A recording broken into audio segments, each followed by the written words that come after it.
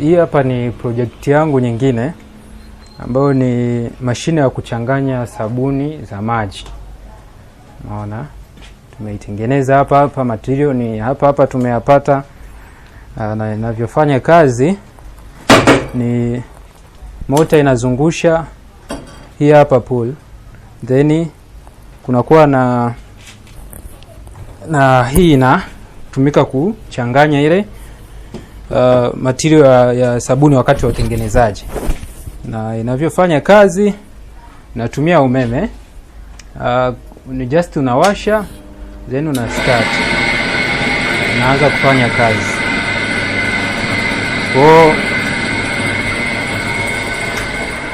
Kwa hiyo ikiwa imeunganishwa na hii, sema sasa hivi hapa kuna sabuni humu ndani tayari imeshatengenezwa. Kwa hiyo ikiwa imeunganishwa hii hapa hivi, ndio inakuwa na kazi ya kuchanganya yale material wakati wa utengenezaji wa hiyo sabuni. Hiyo nayo ilikuchukua muda gani kutengeneza? Na hili wazo la kutengeneza mashine kama hii, ulifikiria kitu gani ukaja na hii wazo? Okay, hili inichukua muda wa mwezi mmoja kuitengeneza. Lakini pia wazo lilikuja ni mtu alinifuata. Kwa wale ambao wanafahamu kile ninachokifanya, alinifuata akaniambia, je, unaweza kufanya kitu cha namna hii? Nikamwambia ndio. Nikawa nimemtengenezea sketch, nikamletea mchoro ulivyo inavyotakiwa kuwa. Nikamwambia akanunua material yeye mwenyewe, then kwa sababu ni mashine yake alihitaji atengenezewa. Kwa hiyo akanunua material, nikamtengenezea na ikafanya kazi, na sasa ananufaika nayo kupitia bunifu nilioifanya mimi. Kwa hiyo iko namna hiyo. Naamini kupitia hii mashine niliyotengeneza inaweza kuwa ni chanzo cha kuwezesha ajira kwa vijana. Unaona? Kwa mtu ana uwezo wa kujiajiri mwenyewe au akaajiriwa na mtu kutengeneza hizi sabuni, anauza, umeona? Anapata kipato kupitia project ya namna hii. Unaona? Kwa iko hivyo. Kwa jina naitwa Abdul Mohamed, ni mkazi wa Sengerema, wilaya Sengerema, kata ya Bukara. Mimi ni mtengenezaji na msambazaji wa mkaa mbadala, mkaa wa kutumia maranda na uchafu mbalimbali. Tunautransform unakuwa mkaa ambao unatumika kwa matumizi ya kawaida ya kupikia. Kwa hapa baada ya kupata wazo, niliangalia mtandaoni, nikaa nimeona kuna mikaa huwa inatengenezwa kwa ajili ya matumizi ya nyumbani. Ila sasa nikaa sielewi nawezaje kupata mashine.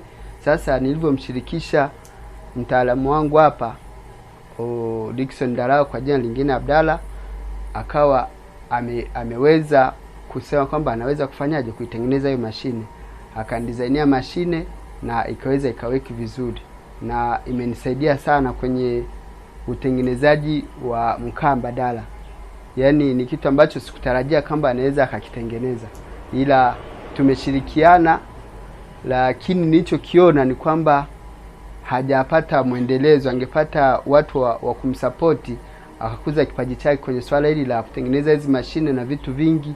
Na baada ya kuwa nimejuana naye, maana nimeona kuna vitu vingi ambavyo anaweza akashiriki, ambavyo anaweza akavitengeneza tofauti na hiyo mashine. Kwa kweli ana kipaji kikubwa. Nimegundua vitu vingi, sema tu kwa sababu mtaji ni mdogo, ningetamani andizainie mashine nyingi mbalimbali. Ila kutokana kwamba kwa uwezo uliopo, kwa kweli nimefanikiwa kupata hiyo mashine. Ila kuna vitu vingi ambavyo anavifanya, ambavyo niliona anatengeneza incubator, anatengeneza mashine ambazo zinamsaidia mtu wa shambani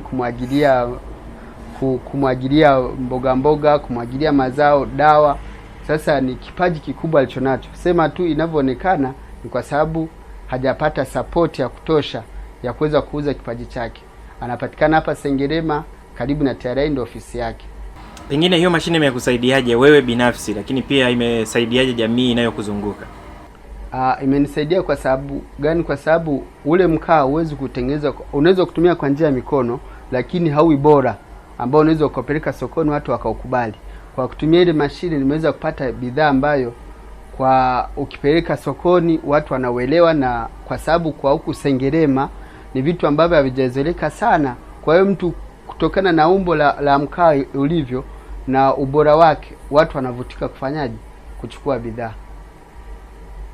Unaiambia neno gani jamii ambayo inakuzunguka, lakini pia kuhusiana na wabunifu ambao tupo nao katika jamii zetu?